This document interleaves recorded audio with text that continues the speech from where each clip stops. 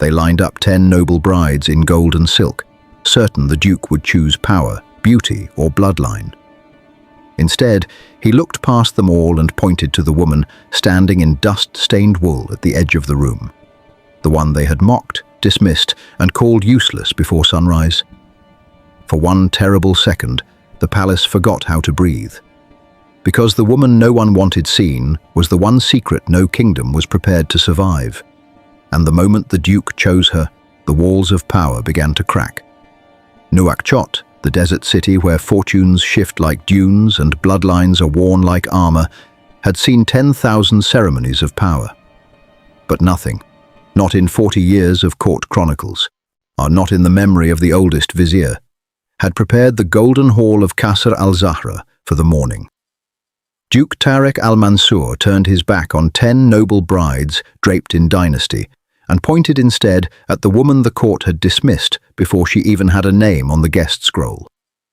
What you are about to witness is not merely a love story, it is a reckoning. Before we begin, we would dearly love to know, where in the world are you watching from? Drop it in the comments, we read every single one. And tell us, what is the one thing you wish you had right now, this very moment? Let us know below.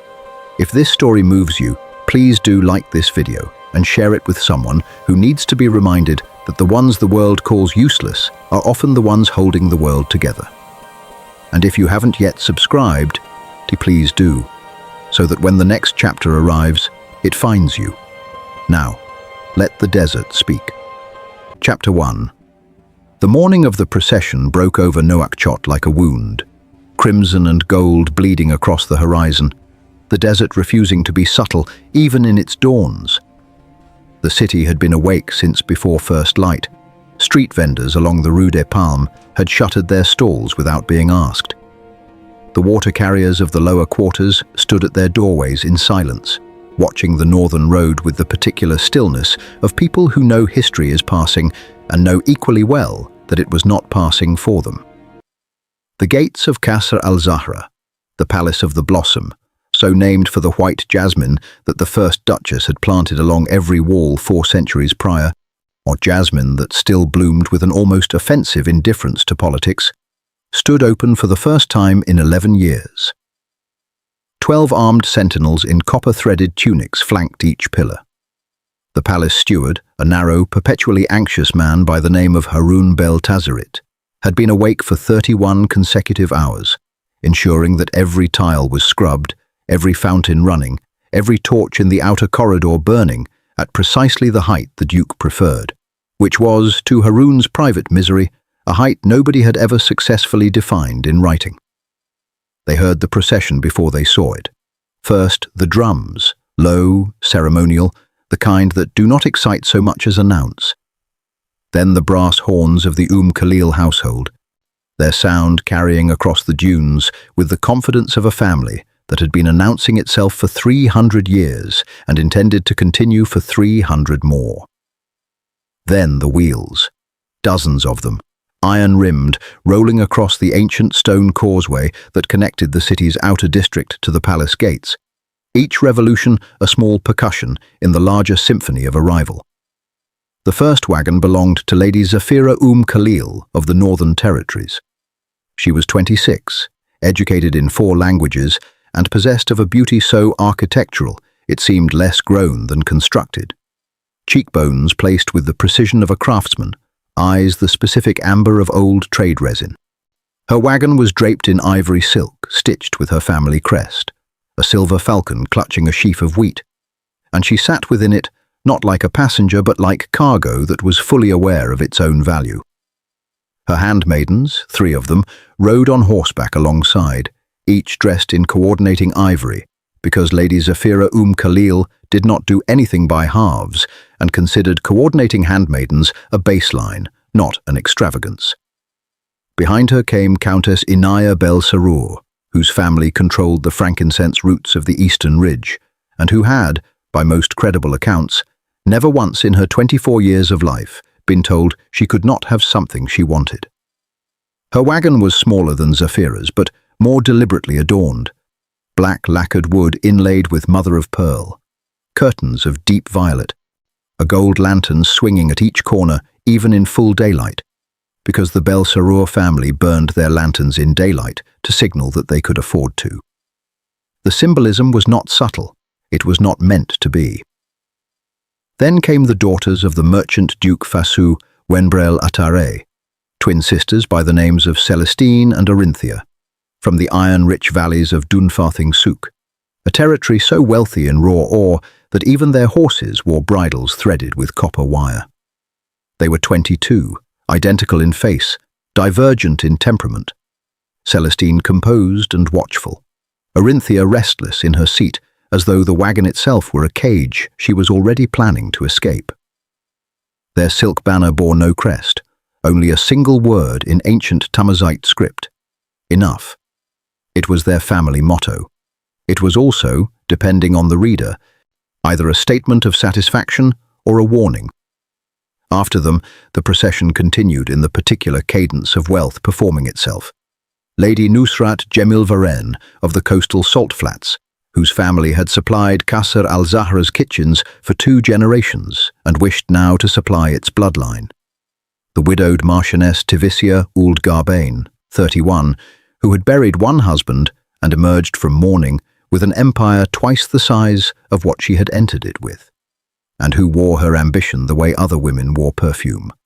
Present always, never named. And 4 others besides, each one a chapter of lineage, a catalogue of connection, a careful argument written in silk and gold for why the Duke of Thornspire should look no further. Haroun Beltazerit watched them arrive from his position at the top of the palace steps and felt, not for the first time in his career, the particular exhaustion of a man who has spent his life managing the expectations of the extraordinary.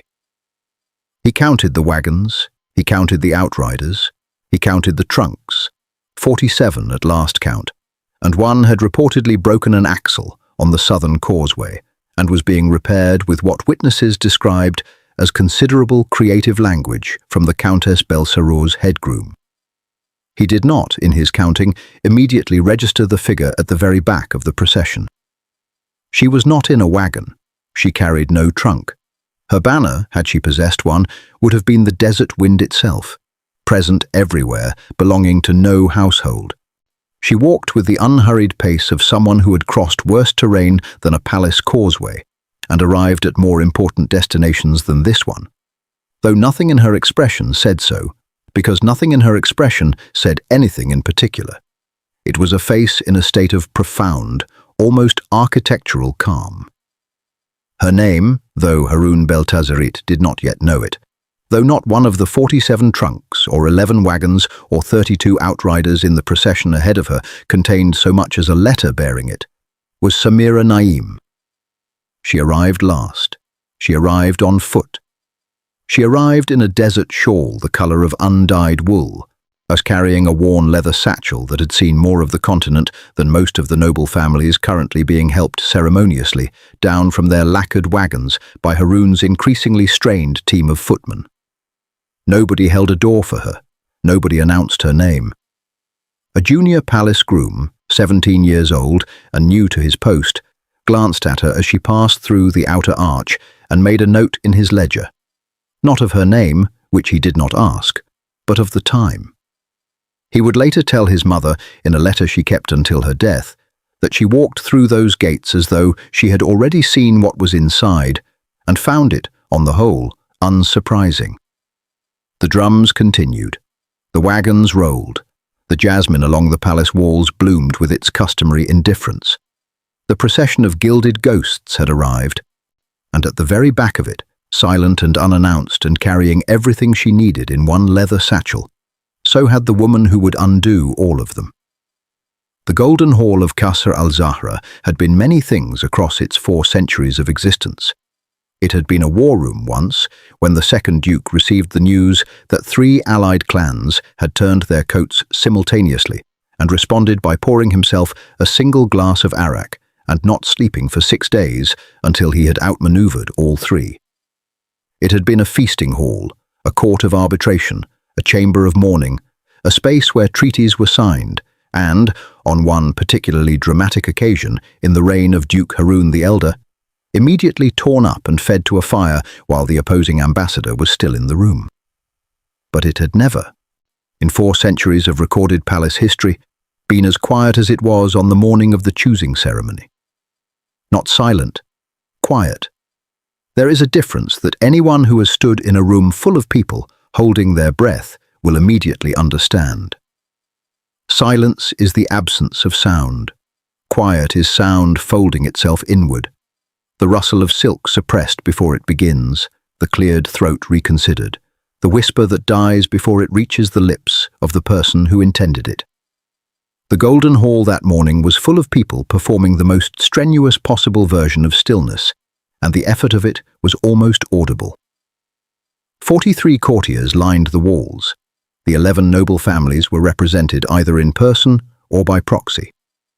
Vizier Radad ul Feni stood to the left of the raised dais, and his hands folded in the particular configuration that his staff had long since learned meant he was calculating something, and that the calculation was not in anyone's immediate favor. Haroun Beltazerit was at his post near the eastern archway, his ledger open, his quill dry, because nothing requiring documentation had yet occurred, and nothing would until the Duke decided it would. The 10 women had been arranged in a crescent formation before the dais. This had been Vizier Radad's design, and it was, from a purely architectural standpoint, elegant. A crescent suggested welcome. It suggested openness. It suggested that the person at the center of its attention was being embraced rather than evaluated. It was, in every practical sense, an evaluation, and every woman standing within it knew this, and every one of them had decided independently that the correct response to being evaluated was to appear not to notice. Lady Zafira Khalil stood at the rightmost point of the crescent in a gown of ivory and hammered gold that had required, her head seamstress had informed her with a mixture of pride and quiet resentment, 11 weeks of continuous work. She stood with the particular uprightness of a woman who had been corrected for her posture precisely once in childhood, and had never required correction again. Her expression was composed. Her hands were still. If she was nervous, she had buried it somewhere deep and professional. Countess Inaya Bel Saror was beside her, in violet so dark it was nearly black. A single strand of uncut rubies at her throat that had been in her family since the Eastern trade wars, and which she wore not as jewelry but as evidence. The Huenbrel Atare twins stood side by side in coordinating copper silk, Celestine still watchful, Orinthia still restless, though she had by now sufficiently mastered herself that the restlessness lived only in her eyes. The Marchioness Tivicia Ould Garbon occupied the leftmost point of the crescent, and if the other women were candles, she was something older, a lantern that had survived weather they had not yet encountered. She watched the empty dais with the expression of a woman who had already considered every possible outcome of the morning and made her peace with all of them. None of them, in their various arrangements of beauty and strategy and carefully managed composure, paid any attention to the woman who had entered the hall last, who stood not within the crescent but at its outer edge, near the wall, in her undyed shawl, with her leather satchel set quietly at her feet. A junior courtier had attempted, twice, to direct Samira Naim into the crescent formation. She had smiled at him both times with a warmth so complete that it took him several seconds on each occasion to realize she had not moved. Then the doors at the far end of the hall opened. No announcement, no herald, no preceding drum or brass or ceremony of introduction. The doors simply opened, and Duke Tarek al-Mansour walked through them as though the alternative, the doors remaining closed, had never genuinely been available to them. He was taller than the paintings suggested, and this was the first thought of nearly everyone in the hall who had not previously met him in person. And it was followed almost immediately by a second thought that was harder to articulate, but went something along the lines of, the paintings had also somehow failed to communicate the quality of the stillness that moved with him. Not stillness as absence, stillness as density, the particular gravity of a man who had been required, from a very young age, to be the most certain person in any room he entered, and had been doing it for so long that certainty had ceased to be a performance, and become instead a physiological fact. He was 41. His hair was dark with the first threading of silver at the temples. Not the silver of age, but the silver of sustained pressure, the color that arrives not from years, but from the particular weight of years spent making decisions that other men brought to him precisely because they could not make them themselves. His robes were white, unadorned, no crest, no jewelry, no visible acknowledgement that he had dressed for an occasion at all, which was itself, in the language of Saharan court protocol, the most eloquent possible statement about who held power in the room. His eyes. Several accounts written by courtiers present that morning, in private correspondence never intended for palace archives, returned again and again to the eyes. Polished obsidian was the phrase that would enter the historical record, and it was accurate as far as it went, which was not far enough. Obsidian is dark, and it is hard, and it reflects without warming. But obsidian does not assess. Obsidian does not move across a room with the focused deliberation of a man reading a document he suspects contains a deliberate error, looking for exactly where it was inserted and by whom. That was what he did. He walked the crescent without haste, without performance, without the slight forward lean that most men adopt unconsciously when they are trying to seem interested in something. He was not trying to seem interested. He was either interested or he was not, and his face reported neither condition because his face, it became rapidly apparent, did not file reports. He paused before Lady Zafira Khalil for perhaps 4 seconds.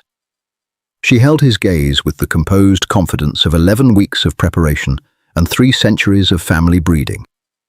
He moved on. He paused before the Countess Inaya Belsarour. She lifted her chin a fraction, involuntary, a reflex of pride.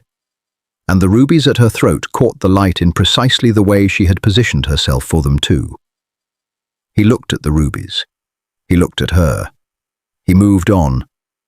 The Wenbrel Atare twins received a single collective glance, which under other circumstances might have been considered an insult, but which in the context of the morning registered as simply efficient.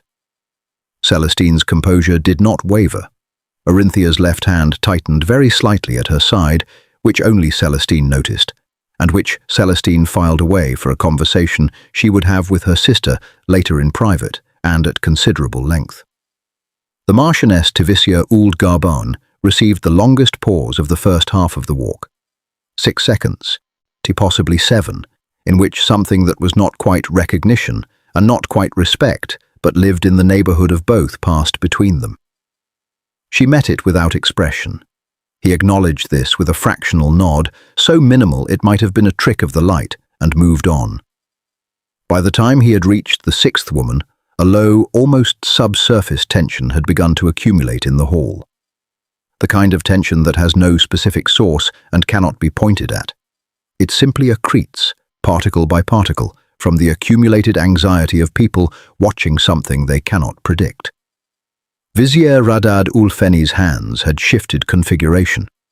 Harun Beltazerit's quill was now being held, rather than resting, though there was still nothing to write. The Duke reached the end of the crescent.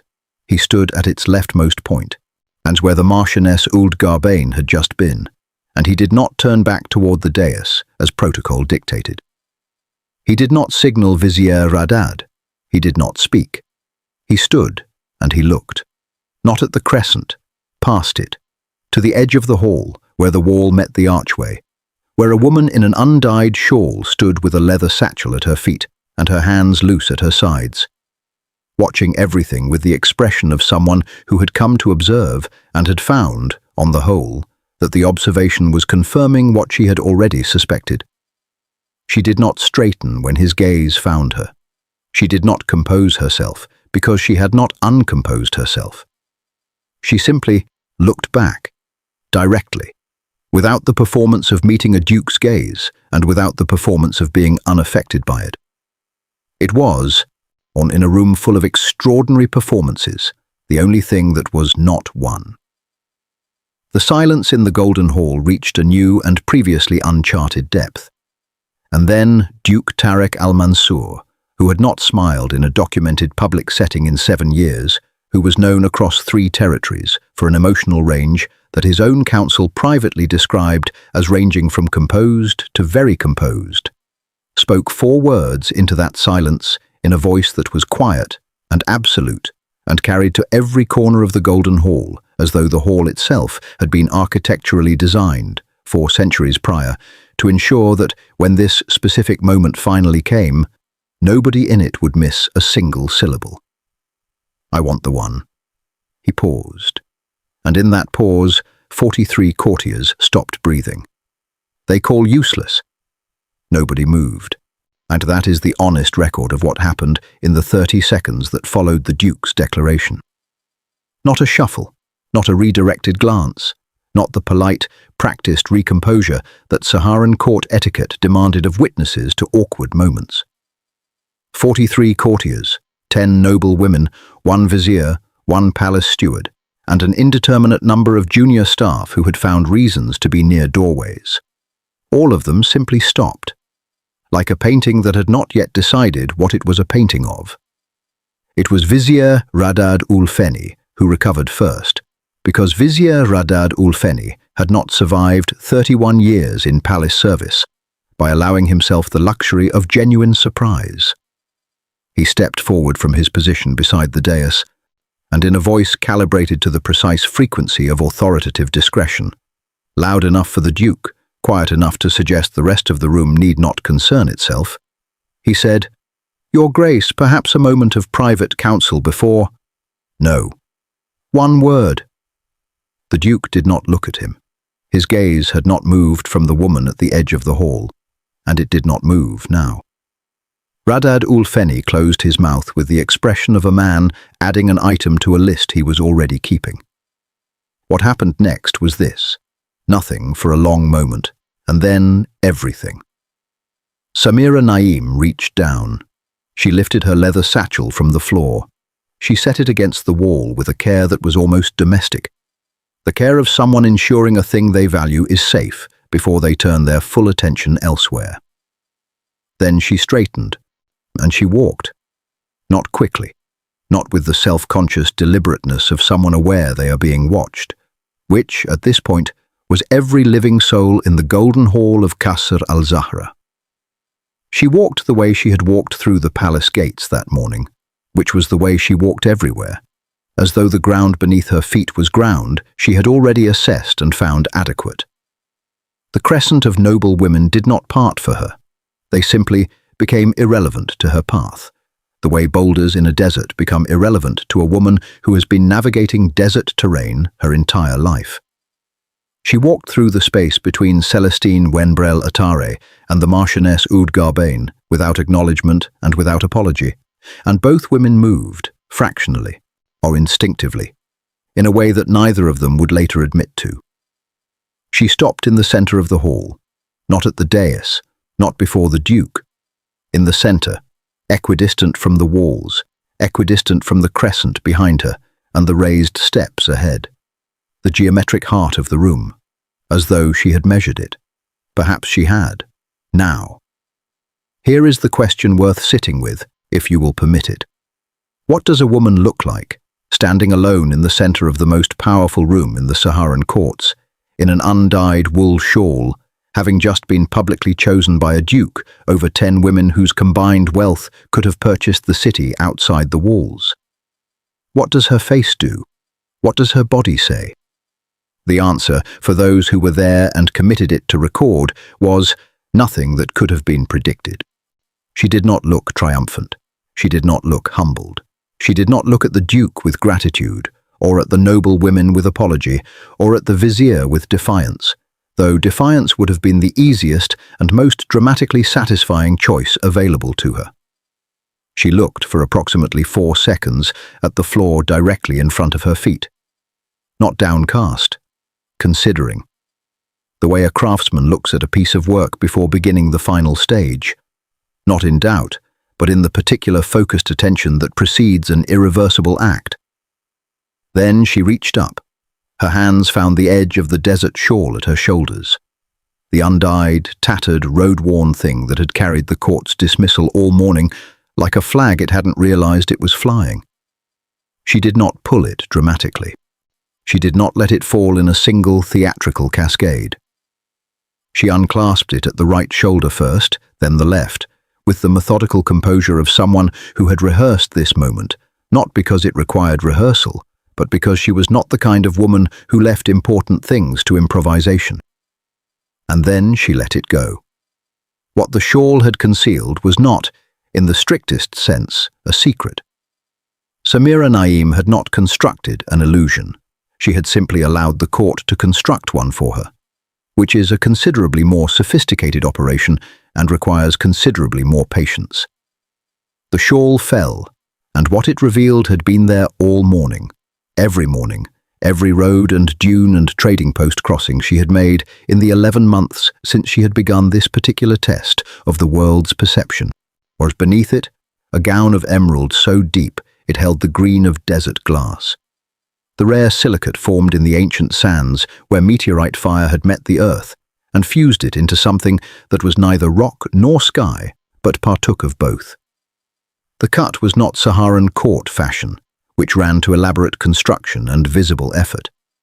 It was older, cleaner, the fashion of the Naim trading houses, which had been dressing their women in elegance for 2 centuries before the Saharan courts had formalized their first dress code, and which had always understood that the most devastating thing a garment can do is appear to require no effort whatsoever. The gold came second, stitched into the bodice in threadwork so fine it was less embroidery than cartography. The patterns mapping, for those who knew the Naim trade language, to the roots of the great Saharan commerce network. Every line a road, every intersection a market town, every flourish at the hem a port or a well, or a way station where the Naim family's word had been, for generations, the closest thing to currency that did not require weighing. And then the diamonds, not worn, stitched, 114 of them. The number would be confirmed later by a court jeweler who requested the privilege of counting and was granted it, set into the fabric at intervals that appeared, to the untrained eye, random, and appeared to anyone who had ever looked at a clear Saharan sky on a moonless night, to be something else entirely. The southern constellations, every major star cluster visible from Nouakchott's latitude, rendered in uncut diamond against emerald ground, so that the woman wearing it carried the night sky on her body as casually as other women carried family crests. The golden hall made a sound. It was not a gasp. It was something beneath a gasp. The involuntary exhalation of a collective that has just been required to substantially revise a held assumption and has not yet completed the revision. The sound of 43 people simultaneously arriving at the same question from different directions. Who is she? Lady Zafira Khalil, to her considerable credit, did not look away. She looked directly at the gown and then directly at the woman wearing it, and a series of rapid, precise calculations crossed her face before her composure reasserted itself. She was smart enough to understand immediately what had happened. Whether she was smart enough to understand the full scope of what it meant would be answered in the weeks ahead, and not to her advantage. Countess Inaya Belsarour's hand went to her rubies. An involuntary act, the fingers seeking the family evidence at her throat as though checking it was still there. It was still there. It felt, suddenly, insufficient in a way it had not felt 10 minutes prior.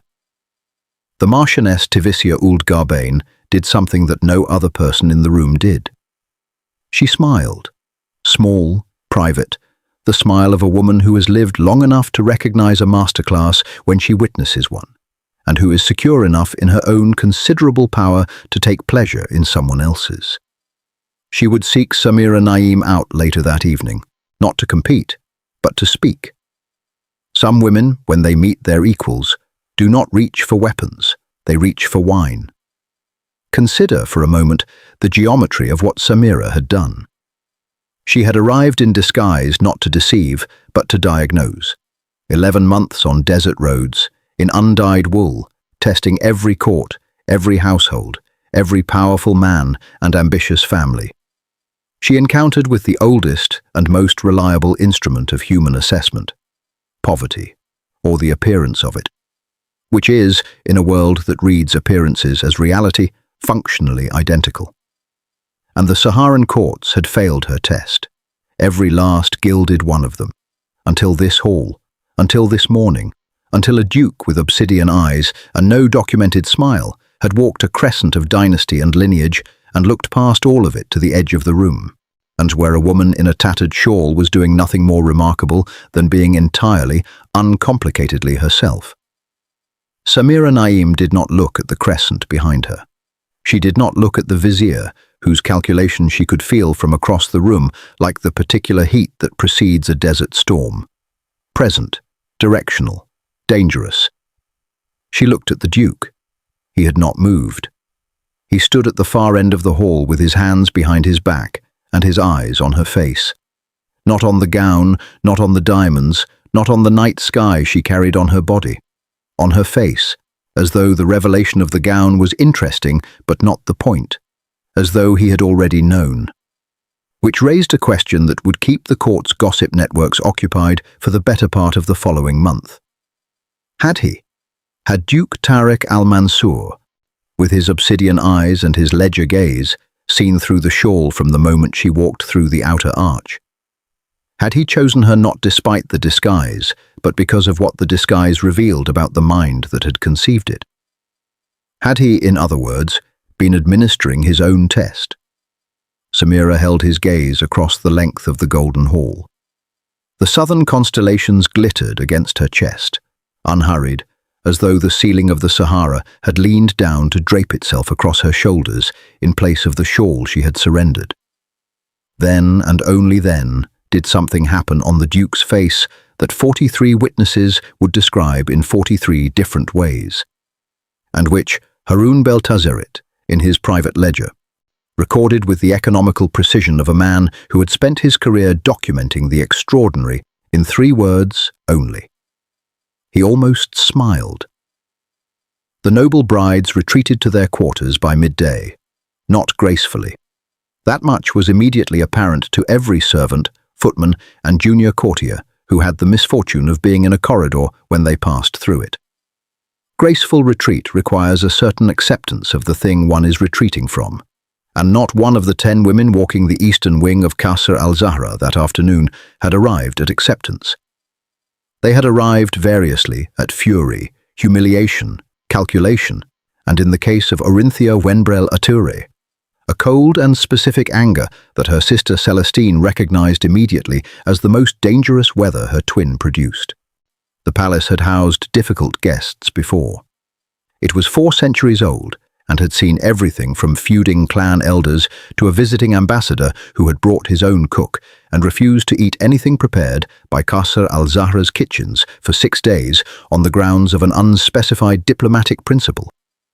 Harun Beltazerit had managed all of it with the methodical equanimity of a man who had long since made his peace with the fact that his job was essentially the management of human pride at its most concentrated and least reasonable. But this was different. By the 2nd hour of the afternoon, 3 separate requests had reached his desk. The first, from Lady Zafira Khalil, was for a private audience with the Duke, formal, correctly worded, and betraying nothing in its language except the iron will of a woman who had not accepted a closed door since childhood. The second, from Countess Inaya Bel Sarour, was for a messenger to be dispatched to her family's eastern offices with a sealed letter that she delivered personally to Harun's desk rather than entrusting to a footman, which told him everything about the letter's contents without his needing to read a word of it. The third request was not a request at all, but a declaration, a folded note from the Marchioness Tivisia Ould Garbain, stating simply that she would be taking her evening meal in the courtyard garden and would welcome company of quality, the phrase of quality underlined once, which in the Marchioness's particular vocabulary functioned as both invitation and elimination. Harun filed all 3. He dispatched the messenger, declined to forward the audience request to the Duke's chambers, and went to find Samira Naim. She was in the library, of course she was. What the court did not see, what it was not meant to see, happened in the spaces between the visible moments. In the silk-curtained rooms of the eastern wing, behind closed doors and lowered voices, the 10 noble women who had ridden into Qasr al-Zahra that morning as competitors began. With the rapid, pragmatic intelligence of people who understand that circumstances have changed and that survival requires adaptation to become something else. Not friends, let that be clearly understood. These were not women who had been brought together by affection or compatibility. They were women who had been brought together by ambition pointed in the same direction. And when that direction was abruptly removed, their ambition did not disappear. It simply reoriented. And 10 separate ambitions, reorienting simultaneously toward the same new target, produce something that is less a conspiracy than a weather system. No single point of origin, no single author, but a pressure that builds and builds until it finds somewhere to release. Lady Zafira Khalil moved first, because Lady Zafira Khalil always moved first. This was both her greatest strength and the thing that would, in time, most reliably expose her. She sent no further formal requests to the Duke's chambers. She did something considerably more intelligent. She began to talk, not loudly, not indiscreetly. She talked the way the most dangerous people in palace environments always talk, in the margins of other conversations, and in the half-second of social space between one topic ending and another beginning, in the corridor exchanges that last 30 seconds and leave impressions that last 30 days. She talked to courtiers, to the wives of clan representatives, to the 3 ladies-in-waiting who served the palace's permanent household, and who were, as such ladies-in-waiting always are, the most comprehensively informed people in the building. What she said was not, in any individual instance, a lie. This was the craft of it. Each thing she said about Samira Naim was a fragment of truth deployed with the precision of a woman who understood that the most durable damage is done not by fabrication, but by selection. She mentioned to a courtier's wife that the Naim trading routes had been the subject of a boundary dispute with the southern clans some years prior. She mentioned to a lady-in-waiting that she had heard, only heard, she could not of course confirm, that the emerald gown had been seen before, at a gathering in Tindouf Mara, worn by a different woman entirely. She mentioned to a clan representative she encountered near the fountain courtyard that it was remarkable, was it not, how completely unknown the Naim family remained in the northern territories, given the scale of the fortune they apparently commanded. Each fragment, individually, was a pebble. Collectively, thrown into the still water of a court that was already unsettled, they produced rings that spread outward in every direction. Countess Inaya Belsarour's contribution was more direct and considerably more dangerous. The sealed letter dispatched by Haroun's messenger reached the Belsarour eastern offices in 2 days. The response, which arrived on the 4th morning, was carried not by a palace messenger, but by a private courier in unmarked clothing who delivered it directly to the Countess's hand, and was gone before anyone thought to ask his name. What the letter contained remained unknown to the palace record. What followed it, however, was not. On the 5th day after the choosing ceremony, a document began to circulate among the clan representatives in Qasr al-Zahra's outer offices. It was a trade audit, the kind produced routinely by the commercial courts of the Eastern Territories, dry in language, dense with figures, unremarkable in appearance.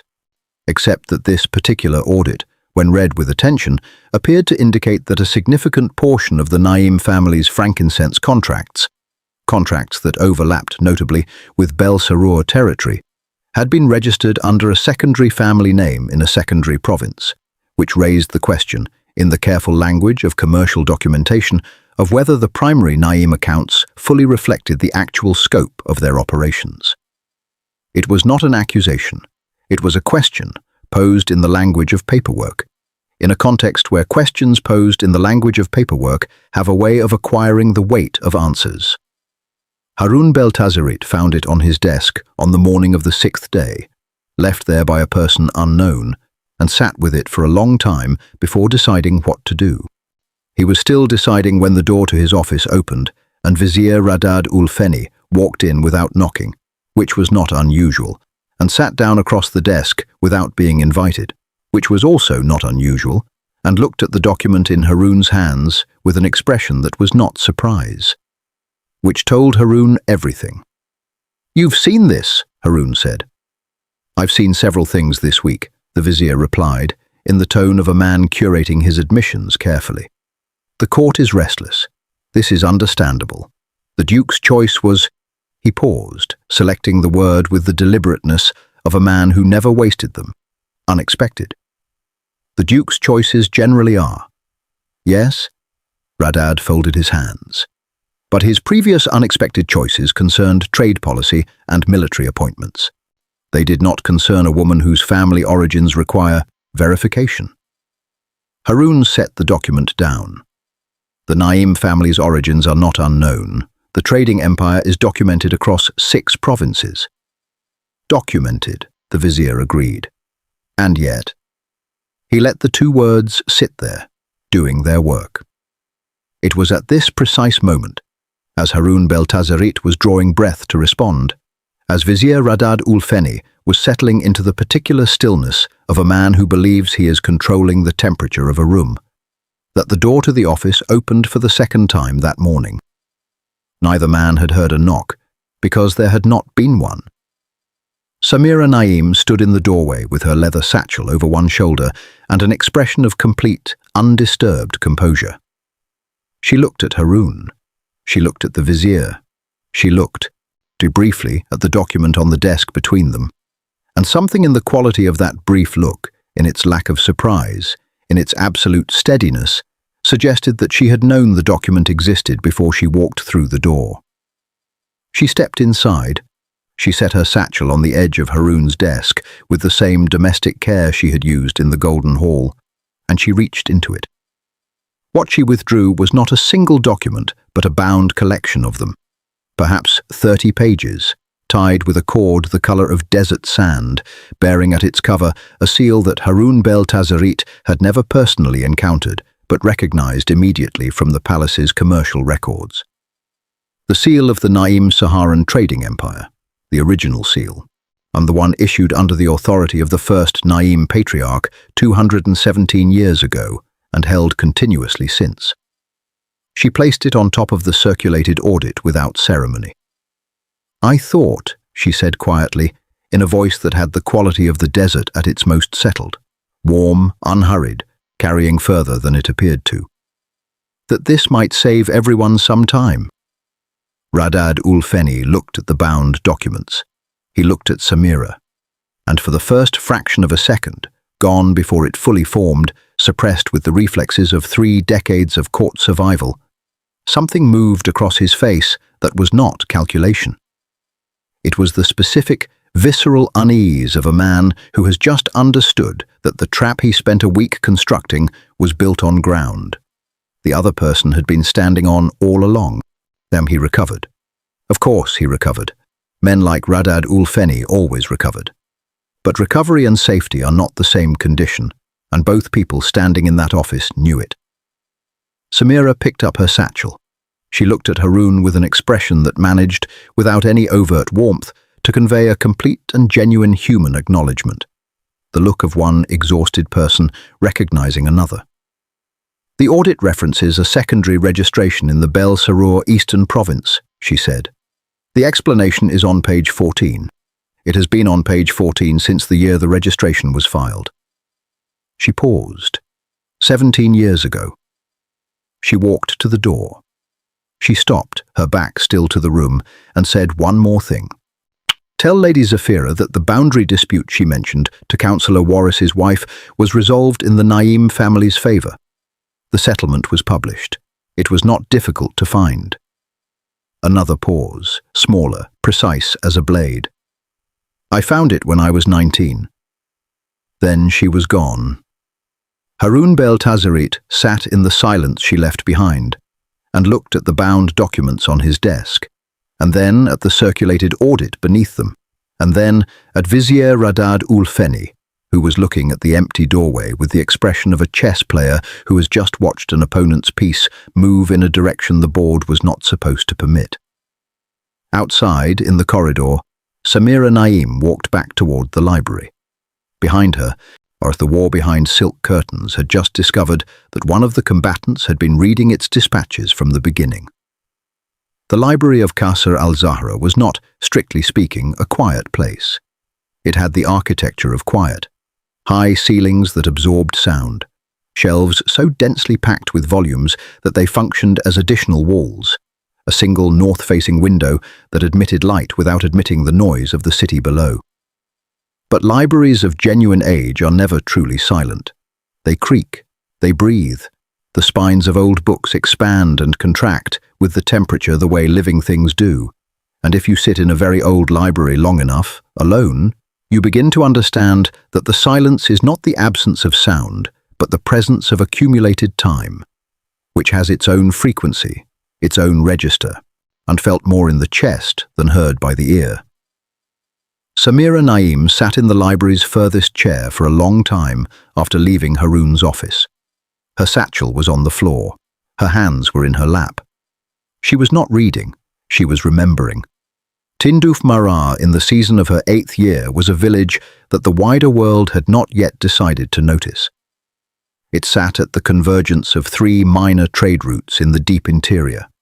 Not a crossroads of significance, not a way station of record, but a place that serious travelers passed through on their way to places that were on maps, and that the village's permanent inhabitants had long since made their peace with being considered transitional by people who were themselves only passing through. The Naim family compound occupied the eastern quarter of the village. Not the largest structure, not the most fortified, but the most permanent in the particular way that permanence announces itself not through scale, but through use. The walls had been repaired so many times in so many places that they had become a record of the family's history, each patch a different shade of clay, each repair dated by the hands that made it. Samira's grandmother had once told her that if you knew how to read the walls, you knew everything that had ever happened to the family. Samira had spent one entire afternoon trying to learn the language of the repairs before concluding that her grandmother had meant it metaphorically. She had been wrong, but she would not understand that until much later. Her father, Jalil Naim, conducted his trade negotiations in the compound's central courtyard. Not in an office, not behind a desk.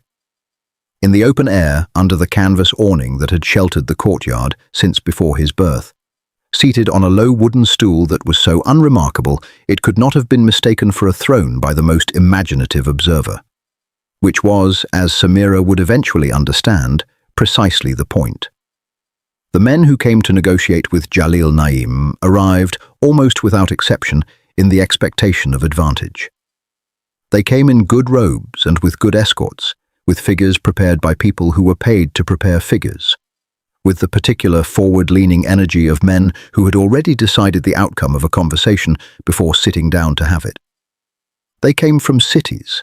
They came from families of record, and they came with the confidence of people who had looked at Tindouf Mara on a map, or more frequently, had failed to find it on a map, and drawn the obvious conclusions about the man they were coming to see. They sat across from Jalil Naim on his unremarkable stool. They presented their terms. They watched him listen. And here was the thing about Jalil Naim listening. It was the most dangerous thing he did, and it looked like nothing at all.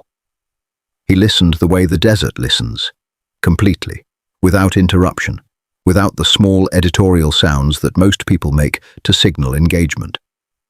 He simply received everything that was said to him, and then he was quiet for a moment, and then he spoke. And what he said was always, without exception, exactly what the situation required, not what the other person wanted, not what convention suggested, but what the situation, in its actual rather than apparent nature, called for. He had worn sandals to every single one of these negotiations. Worn ones. The men across from him wore leather boots from the coastal cities. He had noticed this. He had never changed his sandals. Samira had asked him about it once, sitting beside the courtyard wall in the late afternoon, watching him review documents after a delegation from the northern salt flats had departed. She was 8. She asked the questions that 8-year-olds ask which are often the only honest questions available. "They laughed at your sandals," she said. "The tall one.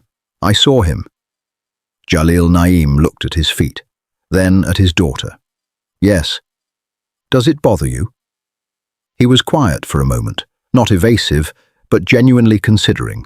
That's because Jalil Naim considered everything genuinely, including questions from his 8-year-old daughter.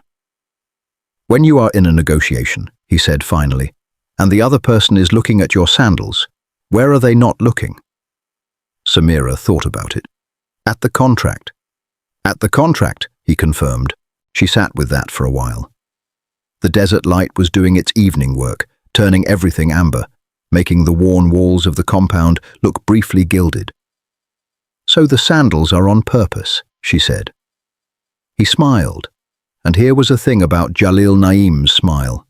It arrived rarely enough that when it came, it was worth something. "Everything is on purpose," he said. "Or it should be. The day you do something without knowing why you are doing it is the day someone else decides the why for you." She was 8. She did not fully understand it. She understood it the way children understand things that are too large for their current size.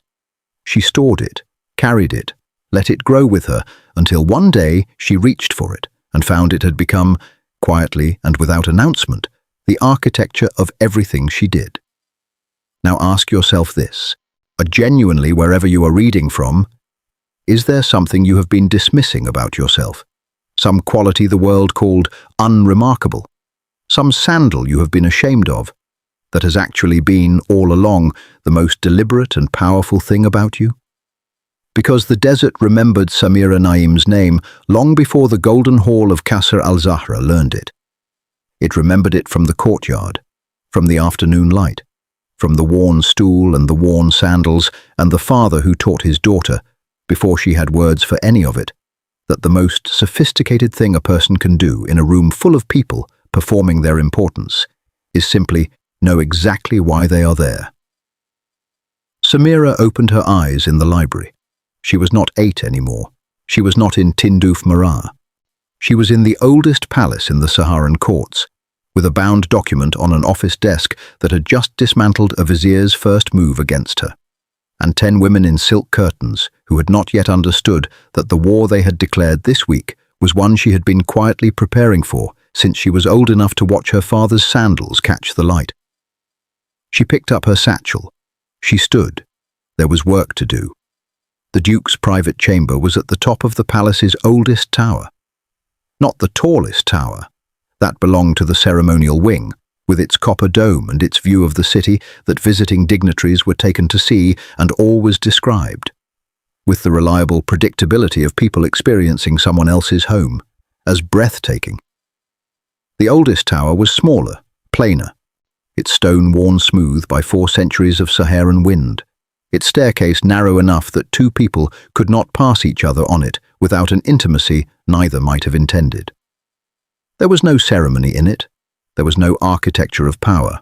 There was only the oldest part of the building, which had been standing before anyone decided to call it a palace, and at its top, a room. The room contained a bed, a writing desk, a single oil lamp, 3 shelves of books, not decorative books, not the leather-bound catalogues of Dynasty that lined the public library, but working books, red books, books with broken spines and pages turned at corners and margins, filled with handwriting so compressed it was nearly its own language. And 1 chair positioned before the window that faced not the city, but the desert. Always the desert. Tariq al-Mansour had slept in the ceremonial chambers twice in his tenure as Duke. Both occasions had been matters of protocol so rigid that even he had been unable to locate a justification for refusal. He had returned to the old tower both times before dawn. It was here, on the evening of the 6th day after the choosing ceremony. The same day that Samira Naim had placed a bound document on Haroun Beltazerit's desk and walked out of a room containing his vizier with the unhurried composure of a woman who had already read the final page. That his private counsel, Lord Argrave Seti Murad, climbed the narrow staircase and knocked. The Duke was already at the window. He did not turn when Argrave entered. Argrave had served him for 14 years and had long since stopped interpreting this as discourtesy. It was simply how Tariq al-Mansur received difficult conversations, facing outward, as though the desert were a third party whose opinion he was also considering. "The vizier has made his second approach to the Bel Sarour family," Argrave said. He was a direct man, Argrave, lean, grey-templed, with the economy of someone who had spent his career in proximity to power and understood that what the powerful most needed from their counsel was the undecorated truth delivered without theatre. The audit document was his. The Countess provided the mechanism. The intention is to establish grounds for a formal objection to the union before it is announced. Tariq said nothing for a moment. Outside, the desert had entered its evening register, the light going from amber to a deep and particular rose, with the dunes casting shadows that turned them briefly into something resembling an ocean. "And the woman herself?" he said. "She appears to have anticipated it." Argrave paused. "The palace steward's account of this morning's office exchange suggests she had the counter-documentation prepared before the audit was circulated." A long silence. "Of course she did," Tariq said quietly. And there was something in his voice in that moment. Not admiration exactly, though admiration was present, but something older and less comfortable. The sound of a man recognizing in someone else a quality he had spent his own life exercising in isolation, never expecting to encounter it reflected back at him. He turned from the window. In the lamplight, without the architecture of the golden hall around him, and without the robes and the ceremony, and the 43 witnesses maintaining their carefully managed proximity, he looked, and this is the word that Argrave would use years later in the private memoir he never published, tired. Not physically. The tiredness was structural. It lived in the set of his shoulders, in the particular quality of stillness he carried, which up close was revealed to be not serenity, but the stillness of a man who had been holding something heavy for a very long time and had simply stopped expecting to be able to put it down. He had become Duke at 23. His father had died in the third month of a campaign that the histories recorded as a victory, and that Tariq, who had been present, remembered as something considerably more complicated. He had inherited a dukedom, a vizier who had already been running its practical operations for 6 years, a network of clan alliances that required continuous and delicate maintenance, and a court that needed, above all things, to believe that the man at its center was certain. He had been certain. He had performed certainty so consistently and so completely that somewhere in the 18 years that followed, the performance had consumed the performer, the way a river eventually consumes its own banks. Not violently, not dramatically, but through the patient, continuous pressure of always moving in the same direction. The man who had chosen Samira Naim across a crowded hall had not done so because of the gown beneath the shawl. He had not done so because of her composure or her leather satchel, or the way she had looked back at him without performance or petition. He had done so because, for the first time in 18 years of standing in rooms full of people, he had seen someone who was not performing a version of themselves for his benefit.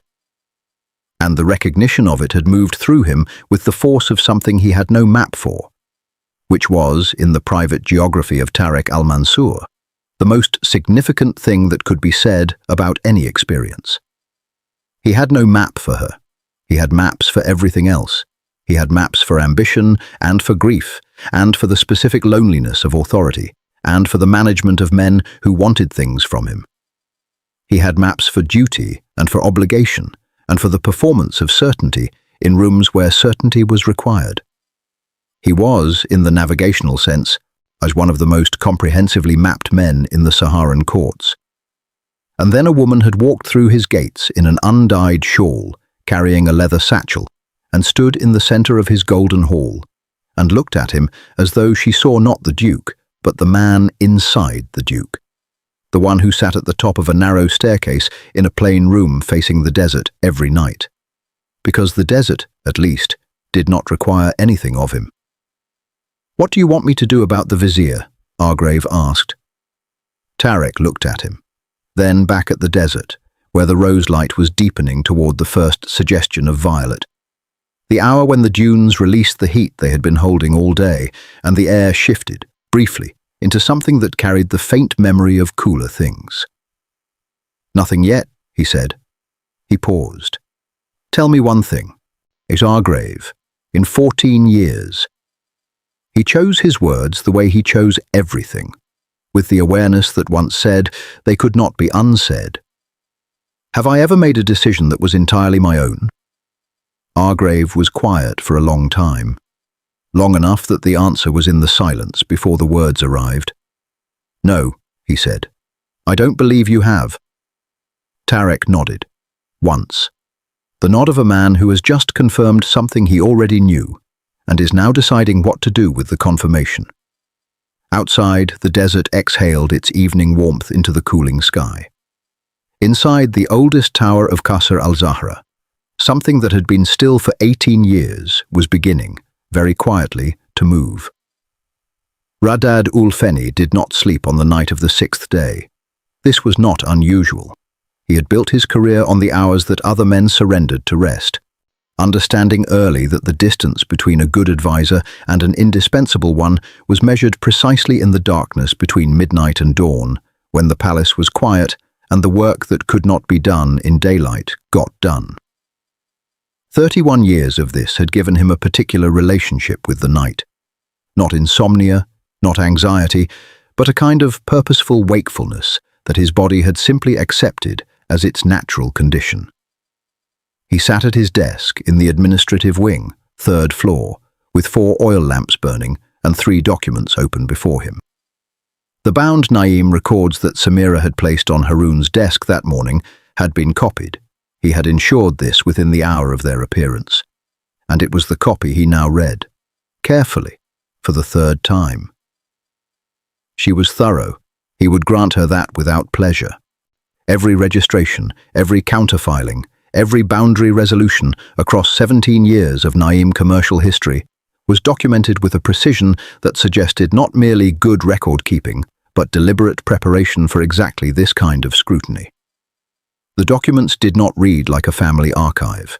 They read like a legal defense assembled in advance of a charge that had not yet been filed, which meant she had known this was coming.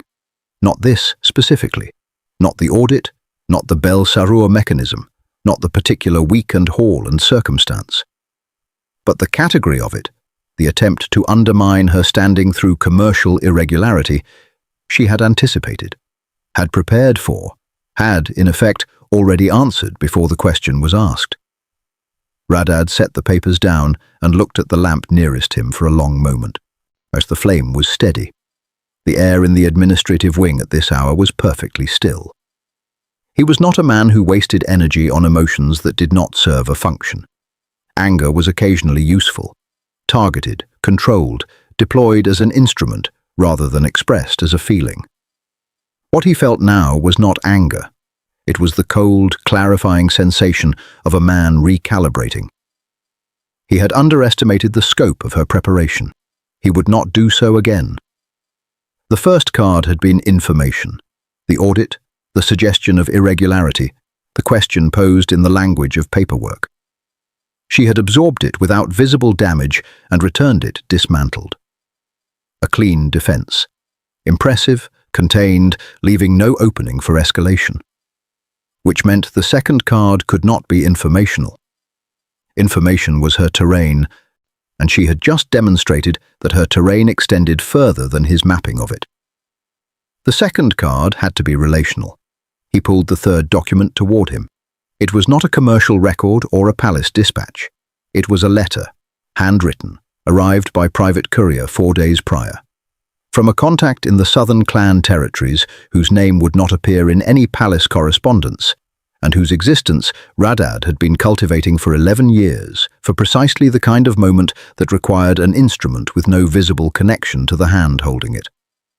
The letter contained one piece of information. 1. Radad had sat on it since its arrival, because information of this particular kind is most valuable when deployed at the moment of maximum pressure, and maximum pressure had not yet arrived. He believed it was arriving now. The information was this: Samira Naim had, in the 2 years preceding her arrival at Qasr al-Zahra, made 3 visits to the independent territories of the southern frontier. The disputed corridor that sat between the Duke's holdings and the unaffiliated clan lands, a region that 3 successive dukes had failed to formally absorb, and that remained, in the political geography of the Saharan courts, an open wound. Her visits had been commercial in stated purpose. She had met with the frontier clan elders. She had signed nothing, filed nothing, left no formal record. But she had met with them 3 times. And the frontier clans, who had refused every overture from Qasr al-Zahra for 40 years, had, in the months following her last visit, become measurably less hostile to the idea of negotiated settlement. Now, consider what Radad ul Feni did with this. He did not present it as evidence of good faith, which is what it was. He did not present it as proof of Samira's political intelligence, which it also was. He constructed around it a different story entirely, in the way that only the most experienced architects of perception can construct, using the same materials as the truth, arranged in a different order, to produce a different building. He wrote 2 letters before dawn. The first went to the eldest representative of the Khalil clan, Lady Zafira's uncle, a man with formal standing in the Duke's outer council. The letter suggested, with the careful indirection of a man who never put the actual point in writing, was that the Duke's chosen companion had established independent relationships with the frontier clans prior to her arrival at court, relationships whose nature and intent had not been disclosed, and that the council, in its duty of counsel, might wish to consider whether this constituted a conflict of interest requiring examination before any formal union was announced. The second letter went to Vizier Radad's contact in the southern territories. It contained 3 words. 3 words that would not mean anything to anyone who intercepted the letter, and everything to the person who received it. He sealed both letters. He set them beside his lamp. He looked at them for a moment, not with satisfaction, not with doubt, but with the dispassionate assessment of a craftsman reviewing work before delivery. Then he allowed himself one further thought, which he would not have permitted himself in daylight. She was, without question, the most prepared opponent he had encountered in 31 years. He extinguished 3 of the 4 lamps, left one burning, stood, straightened his robes, and walked to the window. Somewhere in the palace above him, in the oldest tower, a light was still on. He looked at it for a moment. Then he looked away. The second card was in play, and unlike the first, it was not designed to damage her reputation. It was designed to damage the Duke's trust in her, which was an altogether more precise instrument, aimed at the one thing she had that no document in any satchel could protect. The one thing, Radad understood, that she had not yet had enough time to make unbreakable. The Storm Council of Qasr al-Zahra convened at the 9th hour of the morning. It was not called the Storm Council in any official palace document.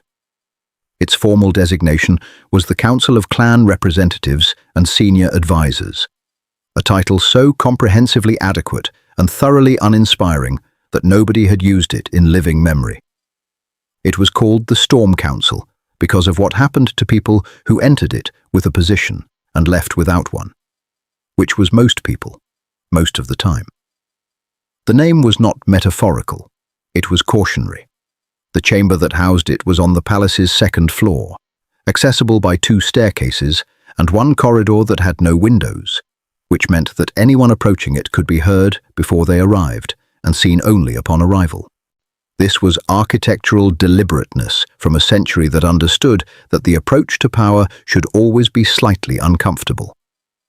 The chamber itself was circular, no head of table, no hierarchical geometry, with 12 chairs arranged around a low central platform on which documents were placed when they required collective examination. It was designed to suggest equality. It suggested it very effectively to people who had never sat in it. Radad ul Feni had called the session under the provision that allowed the vizier to convene the council without ducal summons in matters of. The precise wording had been crafted 400 years ago for exactly this kind of use. Urgent administrative concern. It was a provision that had been invoked 11 times in palace history. Radad was making it 12. 7 clan representatives were present. The eldest, a weathered man of 73 named Councillor Heiress Belhajou, sat with the particular stillness of someone who had attended enough of these sessions to know that the first 20 minutes were invariably theatre, and that the actual business always arrived later and usually sideways. Beside him, Lady Zafira's uncle, Councillor Ferouz Khalil, broad-shouldered, silver-bearded, with the bearing of a man who had never once in his life been late to anything, sat with his hands flat on the table in a posture that managed to communicate both readiness and predetermination simultaneously. Radad stood at the chamber's edge rather than sitting, which was his habit in sessions he intended to control. Control, he had long understood, and was easier to maintain from a standing position. It permitted movement, permitted the subtle repositioning that allowed a man to address different parts of the room without the ceremony of turning in a chair. He had spoken for 6 minutes, carefully, precisely. The frontier clan visits, the undisclosed prior relationships, the question of intent, all of it laid out in the measured, non-accusatory language that was, as always, more damaging than accusation because it arrived without a target that could be defended against. He was building a room, not firing a weapon, a room with no visible door.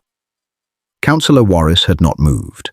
Councillor Ferouz had leaned forward by approximately 2 inches, which in his vocabulary constituted considerable animation. The other 5 representatives were in various configurations of attentiveness, concern, and the particular expression of men who had not yet decided which way the weight of the room was falling and were waiting for a clearer signal before committing. Radad was reaching the construction's final wall when the door opened. No knock, no herald, no preceding footstep in the corridor, which, given that the corridor had no windows and sound carried, meant that whoever had entered it had done so with a degree of deliberateness about their weight and pace that required specific intention. Every head in the circular chamber turned. Samira Naim stood in the doorway. She was wearing the emerald gown, not the undyed shawl, the gown. The night sky stitched in diamonds across her chest, the gold cartography at her bodice, the desert glass green that held its color even in the chamber's limited morning light, while she was dressed, in other words, as exactly what she was. She had made the choice consciously, and the choice announced itself before she said a single word. She looked at the room. She took in its configuration, the 7 representatives, the vizier at the edge, the empty central platform, with the comprehensive efficiency of someone who had been briefed on its layout, its occupants, and its proceedings. She walked in. Nobody stopped her. This is worth noting. 7 clan representatives and 1 vizier in a chamber that had a 400-year tradition of controlling who entered and under what authority, and not one of them moved to stop her. Whether this was shock or protocol uncertainty, or something more complicated about the specific quality of presence she carried into rooms, the honest record cannot say with certainty. The honest record can only say that she walked to the central platform, set her leather satchel beside it, and looked at Radad Ulfeni with an expression of complete and untroubled composure.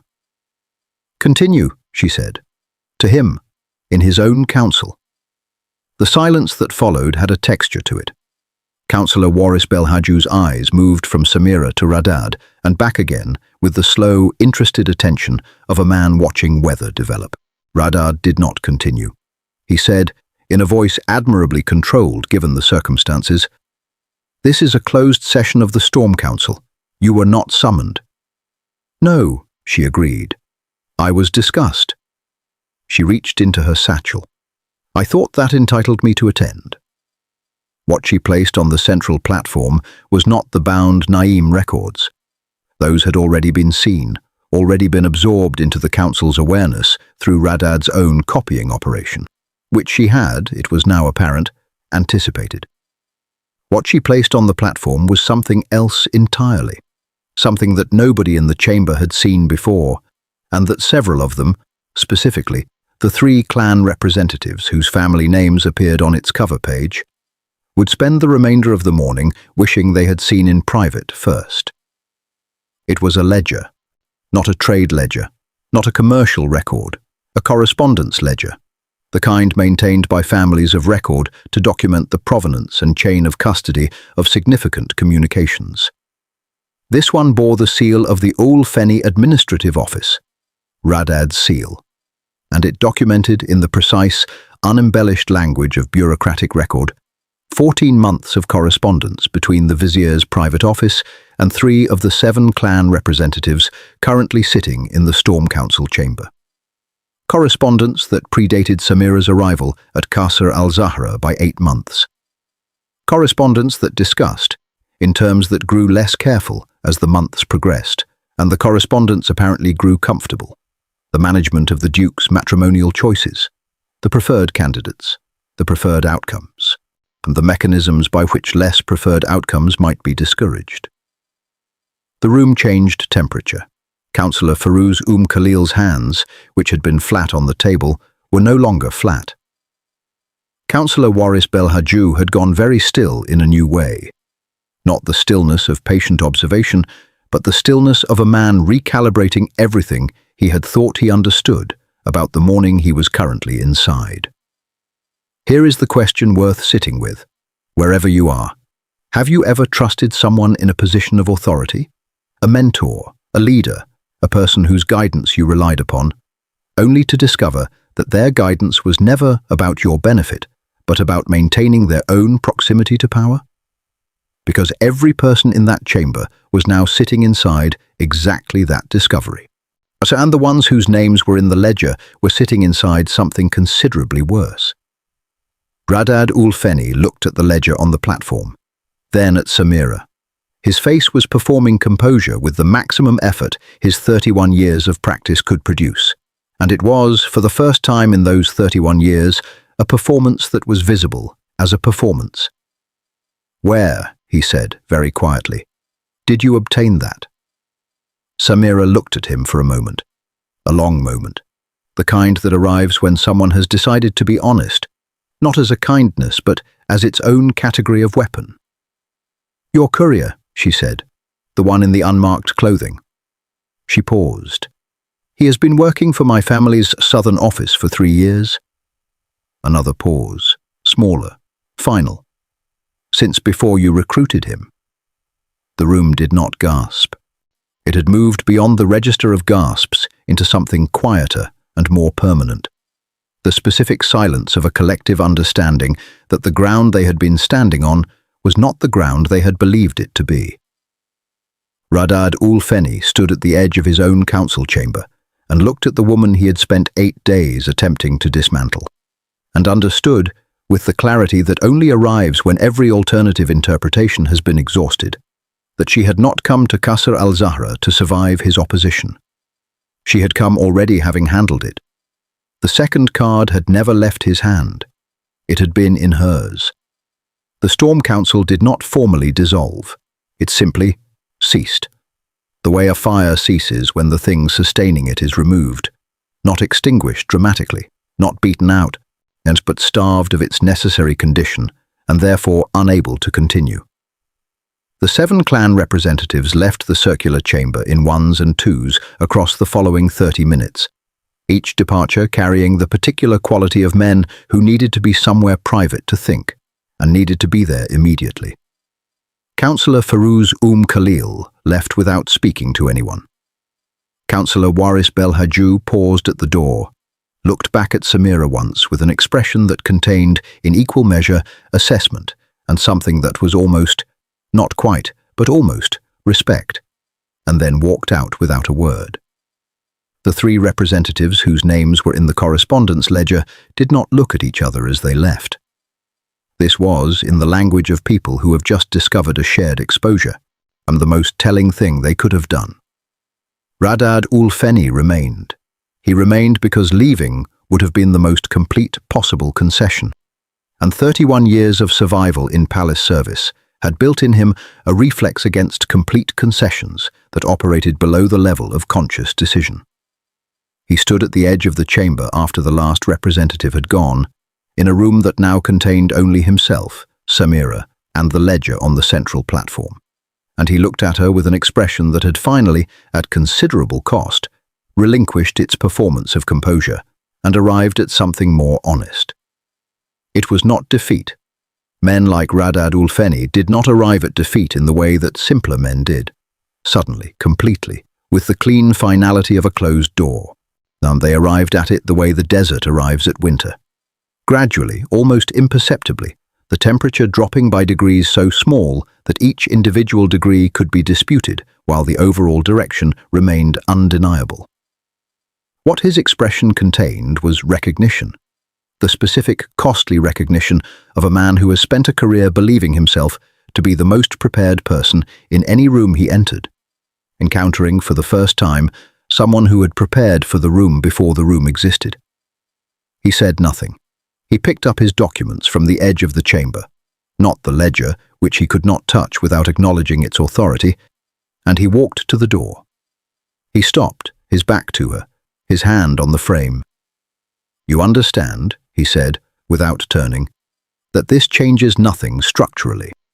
The Council's concerns about the Union remain legitimate, irrespective of the method by which they were raised." Samira, who had been standing at the central platform since the last representative left, looked at the back of his head. "I understand," she said, "that you believe that." A pause, long enough to be deliberate. "The Duke will still require protection from his own choices," Radad said. "That is not malice. That is the nature of my office." "Your office," Samira said quietly, "was designed to protect the dukedom, not to replace the Duke's judgment with your own." She paused. "There is a difference. You stopped seeing it a long time ago." He left without responding.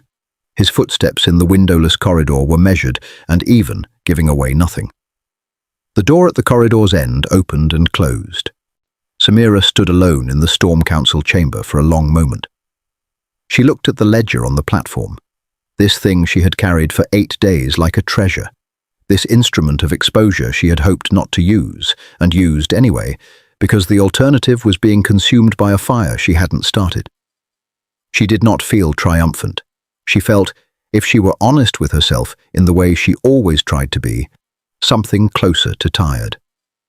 The tiredness of a person who has had to be relentlessly ready for a very long time, and has not yet been given a morning in which readiness was not required. She picked up the ledger. She placed it back in her satchel. She left. The Duke found her that evening, not in the library, where she had spent most of her interior hours in Qasr al-Zahra, not in the courtyard, or not in the corridor outside Haroun's office.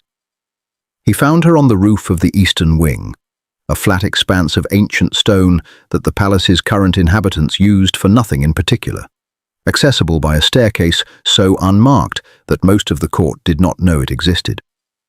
The roof had a low parapet wall and an unobstructed view of the desert in 3 directions.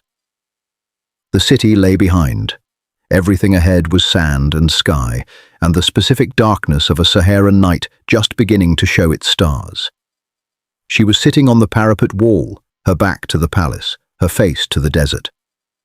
Her satchel was beside her. She was not reading. She was simply sitting in the night air with the expression of someone who had, for the first time in 8 days, nothing immediately requiring her attention, and was not entirely sure what to do with the condition. She heard him on the stairs. She did not turn. He crossed the roof and stood beside her. Not behind her, not before her. Beside, looking at the same desert. This was, she registered, a choice. A man who wanted to assert authority stands before you. A man who wants to observe you stands behind. A man who stands beside you is communicating something else entirely, and they both knew it, and neither of them addressed it directly, because some communications are made precisely because they don't require words. They stood in silence for a while. The good kind, the kind that doesn't ask to be filled. And then he said, "I am told the council dispersed this morning." It did. I am told the method of dispersal was comprehensive. I used what was necessary, she said. "No more." He nodded slowly. The desert wind moved across the roof, warm and carrying the mineral smell of sand that had held heat all day and was only now beginning to release it. Somewhere below, the city made its evening sounds. Distant, ordinary, the sounds of people whose lives were not currently intersecting with the storm council of Qasr al-Zahra, and who were, Samira thought, the better for it. Then Tariq al-Mansour reached inside his robe and withdrew something. He held it between them, not placing it in her hands, not displaying it with ceremony, simply holding it in the space between them where they could both see it. It was a ring, not an ornate thing, not the jeweled architecture of dynasty that might have been expected. It was old gold, simply worked, bearing the thornspire falcon in an engraving so worn by generations of handling that the bird was more suggested than defined. It had been, she would learn later, his mother's. Before that, his grandmother's. It had never, in 4 generations, been offered to anyone outside the bloodline. "I want you to stay," he said. Not, "I offer you the title of Duchess," not the formal declaration with its formal language and its architecture of obligation. Simply, "I want you to stay." The sentence of a man who had, sometime between the Golden Hall and this rooftop, decided that if he was going to say a thing, he was going to say the actual thing. Samira looked at the ring. She looked at it for a long time, long enough that a less certain man might have begun to reconsider the outstretched hand. Then she looked at Tariq al-Mansour's face, which in the starlight had none of its Golden Hall severity and all of something that was considerably more difficult to look at directly. Honesty. Simple, undefended, costly honesty. She did not take the ring. "Before I answer you," she said, "I need to ask you something, and I need you to hear it not as a condition, but as the thing I need to know in order to be certain I am making the right decision for the right reasons." He lowered nothing. His hand remained where it was. "Ask," he said. She turned to face him fully on the parapet wall, the desert behind her, the palace behind him, and both of them standing at the exact center of something that had not yet decided what it would become. "The water territories," she said. "The southern ones, the disputed corridor. The frontier clans have been without formal access to the northern wells for 40 years. Your family's family sealed those routes before you were born." She paused. "I spent 11 months building their trust. Not for this, not as a calculation, because it was wrong and it needed to be addressed." Another pause, smaller, the kind that arrives before the thing that cannot be taken back. "If you take the title of my husband, I need to know whether you are prepared to release those territories to the clans who need them. Not as a gift, not as a gesture, as a correction." The desert wind moved between them. Here is the question that this moment asks, and it is worth sitting with genuinely. When someone you love asks you to be better than the inheritance you were handed, not better than you are, but better than what was done before you, what does that ask of you? Is it a challenge to your pride, or is it the most precise act of respect another person can offer? Tariq al-Mansour looked at her for a long time. The ring was still in his hand. The stars above Nouakchott were doing what Saharan stars do, asserting themselves with the confidence of things that have been present long before any of this and intend to be present long after. Then he said, "I have been waiting for someone to ask me that for 11 years. He closed his hand around the ring, not in refusal, in decision. His eyes did not leave hers. "I will release the territories," he said, "not because you asked, because you are right. And because a duke who cannot be corrected by the person beside him is not a duke. He is simply a man with an unearned title and a room full of people too afraid to tell him the truth." Samira was quiet for a moment. Then she held out her hand. Not in the Golden Hall, not before 43 witnesses, not in the language of ceremony or dynasty or the performance of power. On a roof in the Saharan night, beside a man who had just chosen, for the first time in 18 years of authority, to be answerable to something other than the weight of inheritance. The ring, worn smooth by 4 generations of hands, settled onto her finger as though it had been waiting. Below them, Qasr al-Zahra breathed its ancient breath. Somewhere in the administrative wing, a lamp in Radad ul-Feni's office had gone dark for the first time at this hour in 31 years. Somewhere in the eastern wing, 10 noble women were making the various private reckonings that the week had required of them. Somewhere in the corridor outside the library, Haroun Beltazerit was updating his ledger with the particular satisfaction of a man who had always known the right entry would eventually arrive. And on the roof, 2 people stood in the desert wind, with their hands joined and the stars overhead. And the next chapter, the last one, the one that would change the shape of the Saharan courts for a generation, was already beginning. The morning of the ceremony arrived without announcement. No drums preceded it, no brass horns from the Khalil household, no coordinated silk banners, no iron-rimmed wheels on the ancient causeway declaring the arrival of something important. The sun came up over Nouakchott the way it always came up, indifferent to human occasion, burning the horizon into gold and crimson with the absolute authority of something that answers to nothing. And the city woke into it the way it always woke, gradually, in layers. The early risers first, and then the rest, until the streets were full of mourning, and the smell of bread from the market quarter, and the sound of the fountains in the lower district running their perpetual, unimpressed commentary on everything that passed beside them. It was Haroun Beltazerit who noticed it first. He was at his post at the palace steps by the 6th hour, ledger open, the day's proceedings mapped in his precise handwriting across 2 pages. When a junior footman came to him with the look of someone carrying information they were not entirely sure how to deliver. "The Duchess-to-be," the footman said, then stopped. Haroun looked at him. "Yes? She is not in her chambers." Haroun closed his ledger. "Where is she?" The footman pointed, not toward the palace interior, toward the city gates, a quarter-mile down the hill, where the road from the market district met the causeway that led to Qasr al-Zahra's outer arch. Haroun looked in the direction of the pointing finger, and then he was still for a moment, the particular stillness of a man absorbing something that was not in his ledger and deciding in real time how he felt about it. She was already walking, not from the palace outward, from the city upward.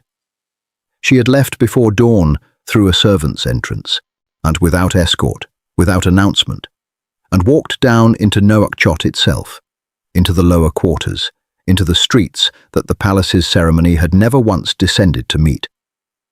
And now she was walking back.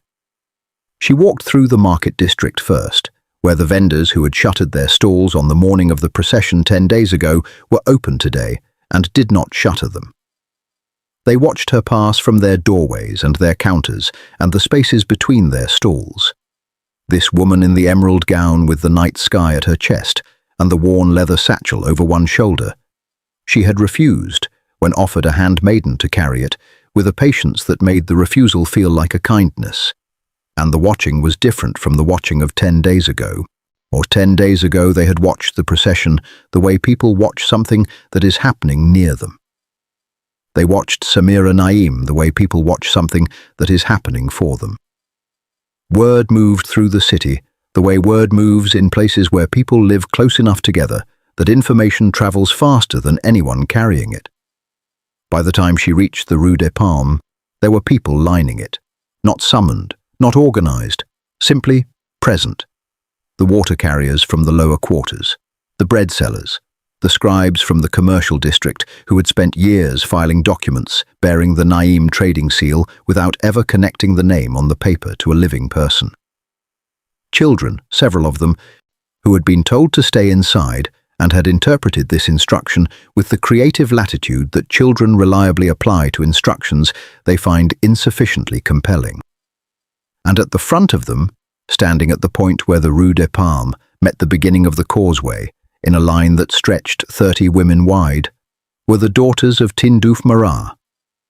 They had come overnight, every one of them, from the deep interior, from the village of worn walls and convergent trade routes, from the compound where a man on an unremarkable stool had taught his daughter the language of apparent weakness and actual power.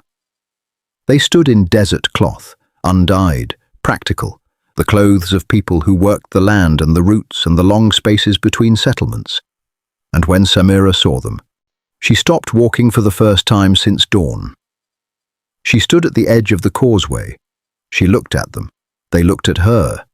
And something passed between them that had no name in the formal language of Saharan court ceremony, and every name in the language of women who have watched each other survive. She walked through them, and they fell in behind her, and by the time the procession, because it was a procession now, though nothing like the one that had arrived 10 days prior, reached the base of the palace steps, it contained not 10 wagons of dynasty and coordinated silk, but 200 people from the city's ordinary life, walking behind a woman in an emerald gown who had started the morning in the lower quarters because she understood, with the bone-deep certainty of her father's daughter, is that power which cannot descend to where the people are has no genuine claim to their loyalty. Tarek al-Mansour was at the top of the steps, not on the dais, not elevated behind ceremony and copper-threaded sentinels. He was standing on the steps themselves, halfway down, in plain white robes without adornment, having come down to meet her, which was not in Harun's ledger, which was not in 4 centuries of Qasr al-Zahra protocol, and which would be the detail that every account of this morning led with for the next 100 years. He watched her climb the steps. He watched the city climb them with her, not literally. They stopped at the base, as people who know the boundary between witness and participant. But in the sense that their watching was not passive, it was the active, invested watching of people who had placed something of themselves in the person ascending and were waiting to see it honored. She reached him. They stood on the same step, eye to eye. The old gold ring, his mother's, his grandmother's, worn smooth by generations, already on her finger, already doing its quiet, permanent work. He offered her his arm. She took it. They walked up the remaining steps together, side by side, and the golden hall of Qasr al-Zahra received them without drums or brass or the architecture of performance. Just 2 people walking through a door they had both earned, in different ways, at considerable cost, into a room that had spent 4 centuries waiting for someone to use it honestly. Vizier Radad ul-Feni was not present. He had tendered his resignation on the 8th morning, or in a letter of 4 precise sentences that said exactly what was required and nothing else. The final, irreducible act of a man whose greatest skill had always been knowing which rooms he could no longer occupy. Harun Beltazerit had accepted it on the Duke's behalf with the expression of a man completing an entry he had been holding open for some time. The water territories were released to the frontier clans 3 days later. The document was signed not in the Golden Hall, but in the open courtyard, in the air, under the sky, in the way that Jalil Naim had conducted his negotiations on an unremarkable stool in Tindouf Marah, because some things are most honestly done without a ceiling.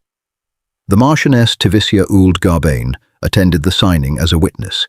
She had requested the role herself. Nobody was surprised. Now, before this story closes, 2 questions. Sit with them honestly, wherever you are watching from. The first, when the world called Samira useless, it was measuring her against criteria she had never agreed to be measured by. How many times have you allowed a room, a workplace, a family table, a circle of peers, to define your value using a standard that was never designed to see you clearly? The second, Tarek al-Mansour had every map except the one that mattered. He had mapped duty and obligation and the performance of authority, and had no map for the one thing he actually needed, which was to be known, honestly, by someone who wanted nothing from the title. Is there someone in your life you have been performing for, when what both of you actually need is for the performance to stop? The lesson this story carries is not about power. It is about the cost of performing a version of yourself that was designed for other people's comfort, and the extraordinary, destabilizing, necessary relief of meeting someone who sees through it and stays. The ones the world calls useless are, more often than not, the ones who refuse to perform uselessness on the world's terms. They kept their sandals worn, they kept their satchels packed, they walked in through gates that were not opened for them, and stood in the center of rooms that had not prepared for them, and waited, not for permission, but for the moment when the room had no choice but to reckon with what it had been too comfortable to see.